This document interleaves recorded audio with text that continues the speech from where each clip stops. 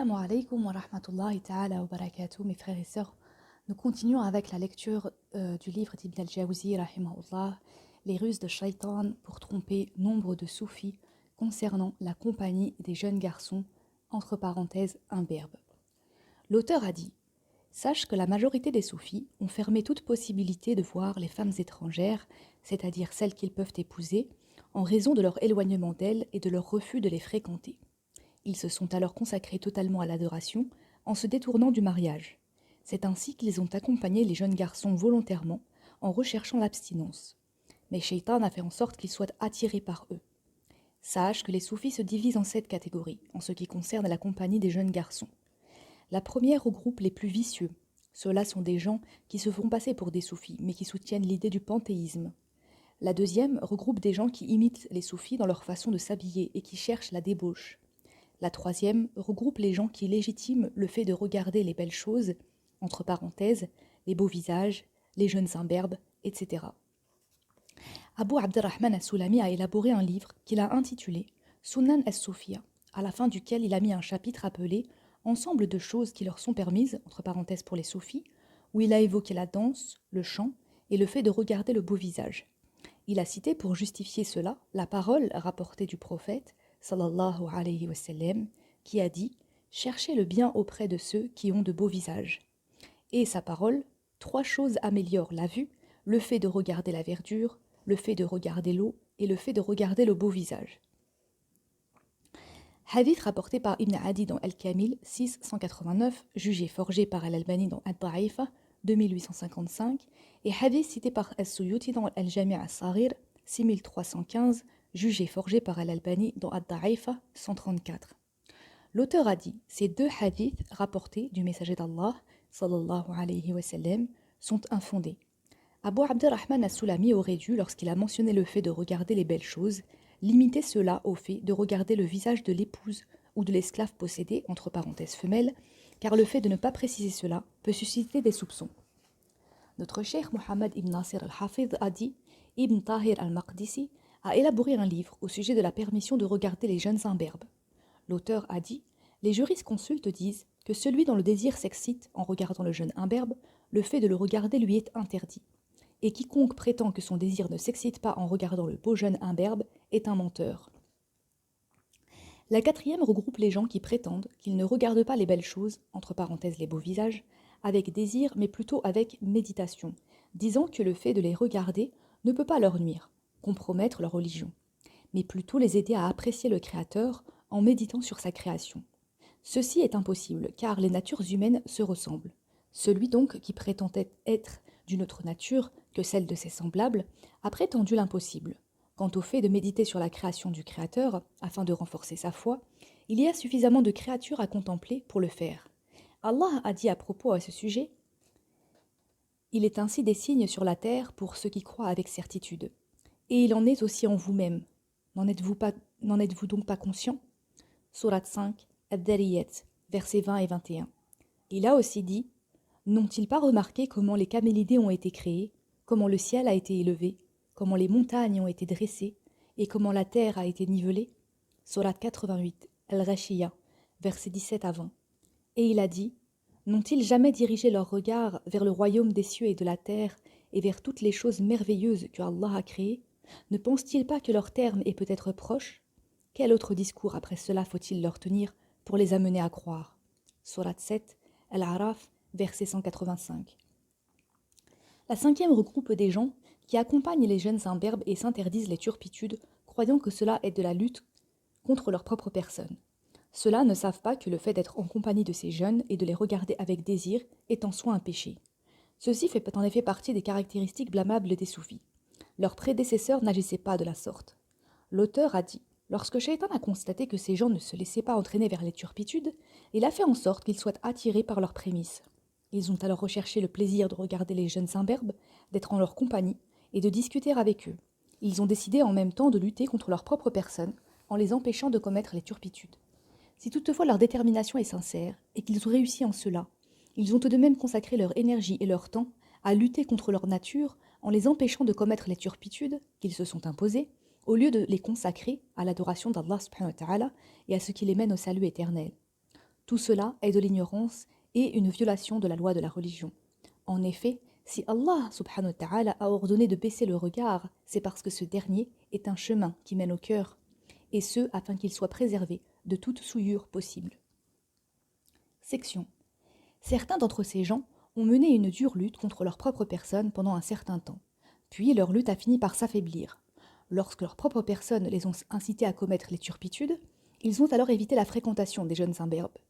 Abu Hamza rapporte « J'ai dit à Muhammad ibn al-A'la ad-Dimashqi, il était l'un des maîtres soufis, après l'avoir vu fréquenter un jeune garçon ravissant pendant un long moment avant de se séparer de lui, pourquoi as-tu abandonné ce garçon avec lequel je te voyais toujours et pour lequel tu avais un penchant ?»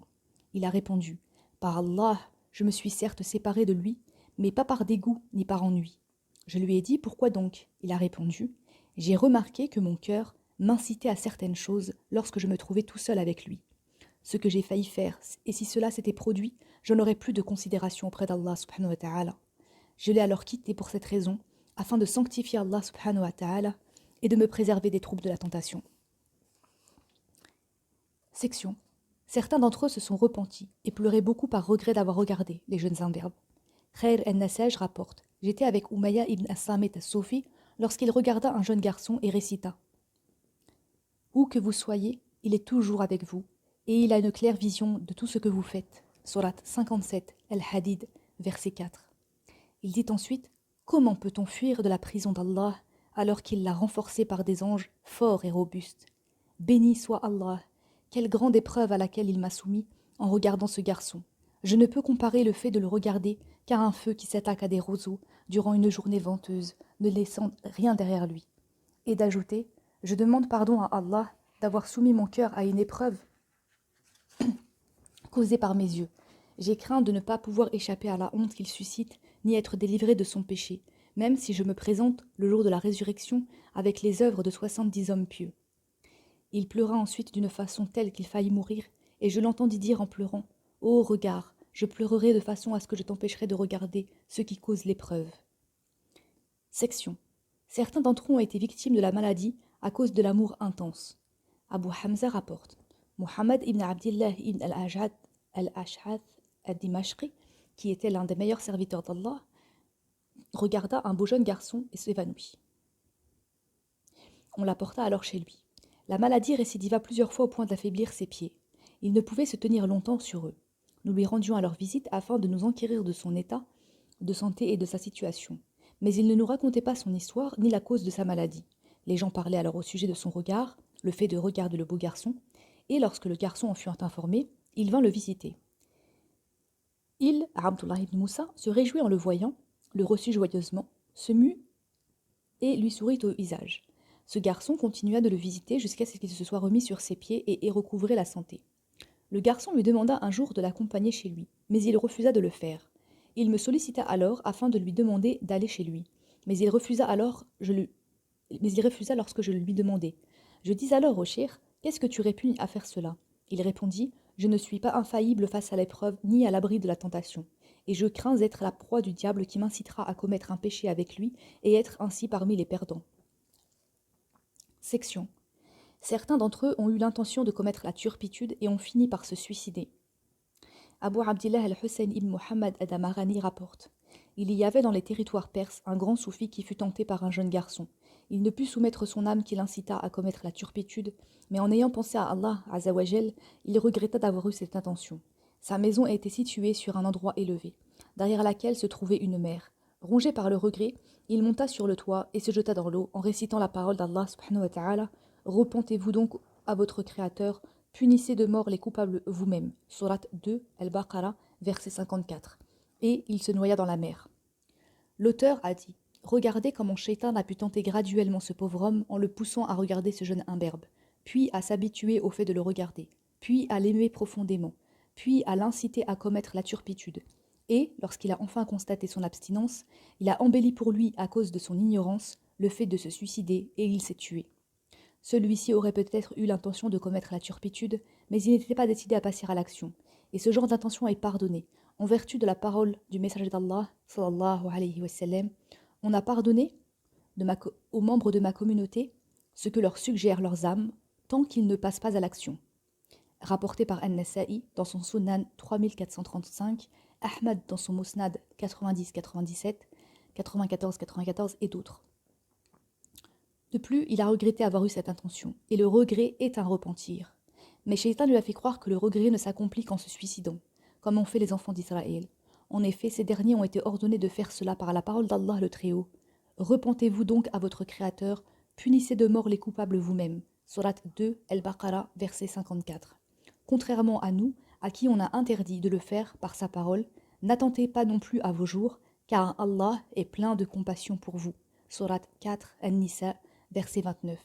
En faisant cela, il a commis un péché grave et majeur. Il est rapporté dans les deux sahih que le messager d'Allah, sallallahu alayhi wa sallam, a dit « Celui qui se jette du haut d'une montagne et se tue, s'est en effet jeté dans le feu de l'enfer où il demeurera éternellement. » Rapporté par Al-Bukhari 5778 et Muslim 109. Section. Certains parmi eux ont été séparés de leurs bien-aimés et ils les ont tués. Il me parvint que l'un des soufis était dans un hospice chez nous à Bagdad et il avait avec lui un jeune garçon dans la résidence où il était installé. Il fut alors diffamé et séparé de ce garçon. Le soufi se rendit ensuite auprès du jeune garçon, muni d'un couteau, et le tua. Puis il s'assit auprès de lui pour le pleurer. Lorsque les habitants de l'hospice arrivèrent et le virent dans cet état, ils l'interrogèrent à ce sujet et il reconnut son meurtre. Ils le livrèrent ensuite à la police et il avoua son fait. Le père du garçon arriva en pleurs et le soufi s'assit en pleurant et en lui disant « Je te conjure par Allah de prendre ta revanche sur moi. » Il lui répondit « Maintenant que tu as dit cela, je te pardonne. » Le soufi se leva alors et alla à la tombe du garçon, puis se mit à le pleurer. Dès lors, il ne cessa d'accomplir le pèlerinage en son nom et de lui offrir des rétributions. Section. Certains d'entre eux se sont rapprochés des tentations et y ont succombé. L'appel à la patience et à la résistance ne leur a été d'aucune utilité. Idris ibn Idris rapporte « J'assistais en Égypte à un groupe de soufis qui avaient en leur compagnie un jeune imberbe qui leur chantait. L'un d'entre eux était hors de lui-même et ne savait quoi faire, au point de dire « Ô un tel, dis qu'il n'y a point de divinité digne d'adoration en dehors d'Allah. » Le garçon dit alors qu'il n'y a point de divinité digne d'adoration en dehors d'Allah, à la suite de quoi il dit « Je vais embrasser la bouche de celui qui a dit qu'il n'y a point de divinité digne d'adoration en dehors d'Allah. » La sixième regroupe des gens qui n'ont pas eu l'intention d'être en compagnie de jeunes imberbes, mais lorsqu'un jeune se repent et devient ascète, il l'accompagne avec sa propre volonté. Shaitan les trompe toutefois par ses ruses en leur suggérant de ne pas le priver du bien, les poussant ainsi à le regarder à nouveau intentionnellement, ce qui suscite le trouble, la tentation dans les cœurs. Le diable continue de leur faire ses suggestions jusqu'à ce qu'il obtienne d'eux ce qu'il veut. Il leur arrive parfois d'avoir la foi, mais le diable les provoque au point de les pousser à commettre les péchés extrêmes, tels qu'il l'a fait avec Barsisa, l'anachorète des enfants d'Israël. L'auteur a dit « Nous avons mentionné l'histoire de cette anachorète au début du livre. Leur erreur réside dans le fait de s'exposer aux tentations et d'être en compagnie de ceux qui risquent de les mener à la tentation. » La septième regroupe des gens qui savaient que le fait d'être en compagnie des jeunes imberbes et de les regarder est interdit, mais ils ne pouvaient pas supporter cela. Youssouf ibn al-Hussein rapporte « Tout ce que vous me voyez faire, faites-le, sauf la fréquentation des jeunes garçons, car c'est la pire des tentations. Je me suis engagé devant mon Seigneur plus de 100 fois à ne pas être en compagnie d'un jeune garçon, mais mon engagement a été rompu en regardant les belles joues, les belles tailles et les beaux yeux. Mais je n'ai jamais commis de péché avec eux. » L'auteur a dit « Cet homme s'est déprécié en révélant ce qui a été dissimulé par Allah en sa faveur. Il a annoncé qu'à chaque fois qu'il regarde quelque chose qui le tente, son repentir s'annule. Où est alors la détermination des soufis qui s'imposent les corvées et les endurent? Il croit aussi que le péché se limite uniquement au fait de commettre la turpitude. Mais s'il avait dû savoir, il aurait su que le fait d'être en leur compagnie et de les regarder est aussi un péché. Regardez donc ce que fait l'ignorance aux ignorants. Section. Tous ceux qui n'acquièrent pas le savoir se perdent, et s'ils l'acquièrent mais ne le mettent pas en pratique, ils se perdront encore plus. Quant à celui qui applique les convenances de la loi de religion citée dans le verset, invite les croyants à baisser pudiquement une partie de leur regard et à se préserver de toute souillure charnelle. Cela contribuera à les rendre plus purs, car Allah est si bien informé de tous leurs actes. Surat 24, An-Nur, verset 30. Il se préservera dès le début de ce qui pourrait s'avérer difficile à la fin. La loi de la religion a mentionné l'interdiction de la fréquentation des jeunes imberbes et les ulama ont soutenu cela. Abu Huraira radiallahu anhu rapporte le messager d'Allah sallallahu alayhi wa sallam a interdit à l'homme de regarder longuement le jeune garçon imberbe. Hadith jugé très faible rapporté par Al-Bayhaqi dans Al-Kubra 7,99 et Ibn Hadi dans Al-Kamil Ibn Adi, dans Al-Kamil 7,96. Omar ibn al-Khattab radiallahu anhu a dit: il n'y a pas de bête féroce que le savant doit craindre plus que le jeune imberbe. On rapporte qu'Al-Hassan ibn Dakhwan a dit: ne fréquentez pas les enfants des riches, car ils ont des apparences semblables à celles des femmes, et ils sont plus tentants que les vierges. On rapporte qu'Al-Najib Asari a dit: on disait que l'homme ne doit pas passer la nuit dans une maison avec un jeune imberbe. Section. Les prédécesseurs étaient intransigeants quant au fait de se détourner des jeunes imberbes. On nous a déjà rapporté que le messager d'Allah sallallahu alayhi wa sallam avait fait asseoir un jeune au beau visage derrière lui. On rapporte que Atta ibn Muslim a dit: Sofiane ne laissait pas le jeune imberbe le côtoyer. Abdullah ibn al-Mubarak rapporte: Sofiane al-Thawri entra une fois à un hammam et un jeune garçon y entra après lui. Il dit alors: faites-le sortir, faites-le sortir. Je vois avec toute femme un diable et avec tout jeune garçon plus d'une dizaine de diables. Abu Umama rapporte: nous étions chez un cheikh qui enseignait le Coran et il restait encore auprès de lui un jeune garçon qui lui récitait le Coran. Lorsque je voulus partir, il me prit par mon vêtement et dit: patiente jusqu'à ce que ce garçon finisse sa lecture, ne voulant pas rester tout seul avec lui. Section. La compagnie des jeunes garçons fait partie des filets les plus forts avec lesquels Shaitan capture les soufis. Abu Bakr al-Razi rapporte que Yusuf ibn al-Hussein a dit: j'ai considéré les vices des gens, et j'ai compris d'où ils proviennent, et j'ai vu que le vice des soufis réside dans la compagnie des jeunes garçons et la fréquentation des femmes. Ibn al-Faraj al-Rustumi al-Soufi rapporte: je vis Shaitan en rêve et je lui dis: ne vois-tu pas que nous nous sommes détournés du monde matériel, de ses plaisirs et de ses biens? Tu n'as donc aucun accès pour nous atteindre.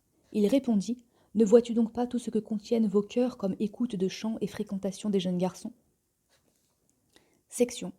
Quant au châtiment réservé au fait de regarder les jeunes imberbes, il y a ce que rapporte Abdullah ibn al-Jala qui a dit: je regardais un jeune garçon chrétien ayant un beau visage. Quand Abu Abdillah al-Balkhi passa près de moi et me dit: que fais-tu là? Je dis: oh oncle, vois-tu comment cette apparence sera châtiée par le feu? Il me tapa avec sa main entre mes épaules et me dit: tu verras les conséquences fâcheuses de ce regard même après un long moment. Je vis alors ces conséquences après 40 ans. Cela me fit oublier le Coran. On nous a rapporté qu'Abu Ya'qub at-Tabari a dit: il y avait avec moi un jeune homme ayant un beau visage qui me servait. Un homme qui était soufi vint me voir en provenance de Bagdad, et celui-ci portait souvent son regard vers ce jeune, ce qui m'irritait.